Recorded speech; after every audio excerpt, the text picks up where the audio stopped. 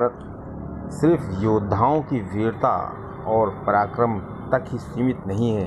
महाभारत के जो योद्धा थे, कुछ तो ऐसे थे जिन्होंने अपनी वीरता पूरी दिखाने का मौका ही नहीं मिला, बस वो एक कठपुतली की तरह बन के रह गए, जैसे विदुर जी। दोस्तों, इसका हर पात्र जो है जीवंत है।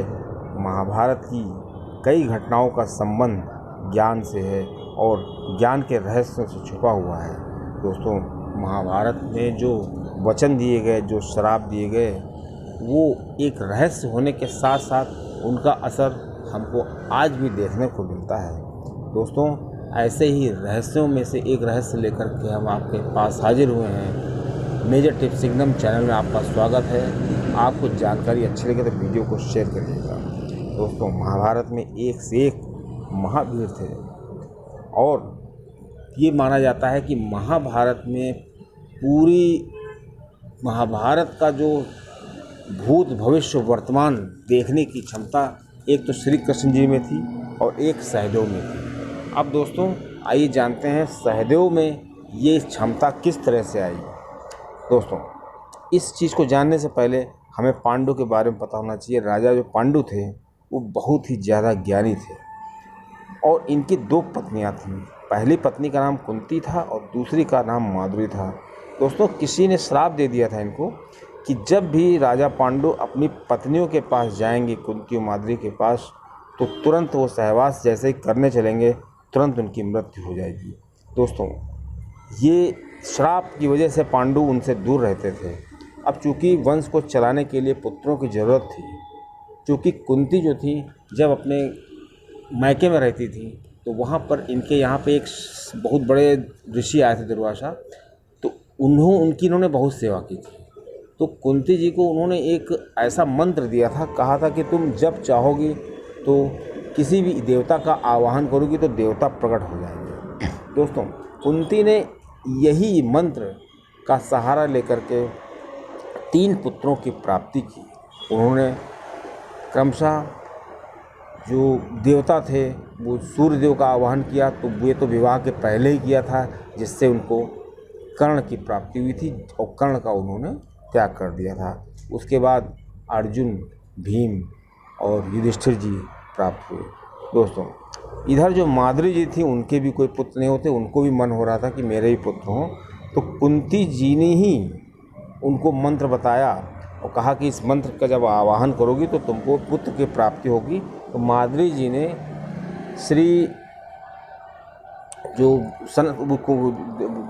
अश्विनी कुमार थे उनका आह्वान किया था और इनके 2 जुड़वा पुत्रों का जन्म हुआ था, नकुल और सहदेव। दोस्तों, इस प्रकार जो पांडु के जो 5 पुत्र थे, लेकिन अगर कर्ण को माना जाए तो 6 पुत्र थे। अब दोस्तों, जब इनका जन्म हुआ था नकुल और सहदेव जी का जन्म होने के समय आकाशवाणी हुई थी कि ये जो अश्विनी कुमारों के पुत्र हैं और ये रूप और बल में, तेज में अश्विनी कुमारों से भी ज़्यादा होंगे। दोस्तों, सहदेव जी एक अच्छे पशुपालक और चिकित्सक भी थे। जब ये विराट के यहाँ थे तो उस समय ये सारे पशुओं का देखभाल यही किया करते थे जब अज्ञातवास में थे। दोस्तों, सहदेव की मृत्यु हुई तो वो 105 वर्ष के थे और दोस्तों, ऐसा माना जाता है कि सहदेव सभी भविष्य भूत को जानने की क्षमता रखते थे। अब दोस्तों, सहदेव की जो 4 पत्नियां थीं, द्रौपदी, विजया, भानुमति और जरासंध की कन्या। अब दोस्तों, इसमें जो द्रौपदी थे इनसे एक पुत्र का जन्म हुआ था सुतकर्मा, और विजया से भी एक पुत्र का जन्म हुआ था और 2 पुत्र और थे। मतलब कुल मिलाकर सहदेव के 4 पुत्र थे। और दोस्तों, इनके ऊपर कई ग्रंथों में इनका नाम भी आता है, ग्रंथ इनके नाम से भी लिखे गए हैं, शकुन परीक्षा वगैरह। दोस्तों, ये त्रिकालदर्शी थे और द्रोणाचार्य जी से इन्होंने शिक्षा ली थी। और दोस्तों, अब जानते हैं कि जो ये सहदेव जी थे ये त्रिकालदर्शी कैसे बन गए थे। दोस्तों, इसके जानने के लिए सबसे पहले पांडु जी के बारे में जानना पड़ेगा। पांडु जी बहुत बड़े ज्ञानी थे और वो जानते थे कि जब मेरी मृत्यु हो जाएगी तो मेरा ज्ञान मेरे अंदर ही रह जाएगा, और चूँकि मेरे पुत्र जो हैं वो मेरे वीर से पैदा नहीं हैं, तो जब ऐसा है तो मेरा ज्ञान इनके अंदर कैसे आएगा, वो बहुत परेशान रहते थे। तो उन्होंने युक्ति सोची। उन्होंने अपने पुत्रों से कहा कि मेरे जो पुत्र हैं अगर मेरा मरने के बाद मांस खा लेंगे तो मेरा ज्ञान उनके अंदर आ जाएगा। दोस्तों, जब इनकी मृत्यु हुई पांडु जी की, वहाँ पर श्री कृष्ण जी भी आ गए।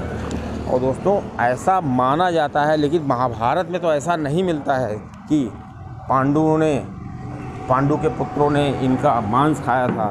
लेकिन दक्षिण भारत की जो लोक कथाएं होती हैं उनमें ऐसा वर्णन मिलता है कि पांडु पुत्र जो थे, इन्होंने राजा पांडु का मांस खाया।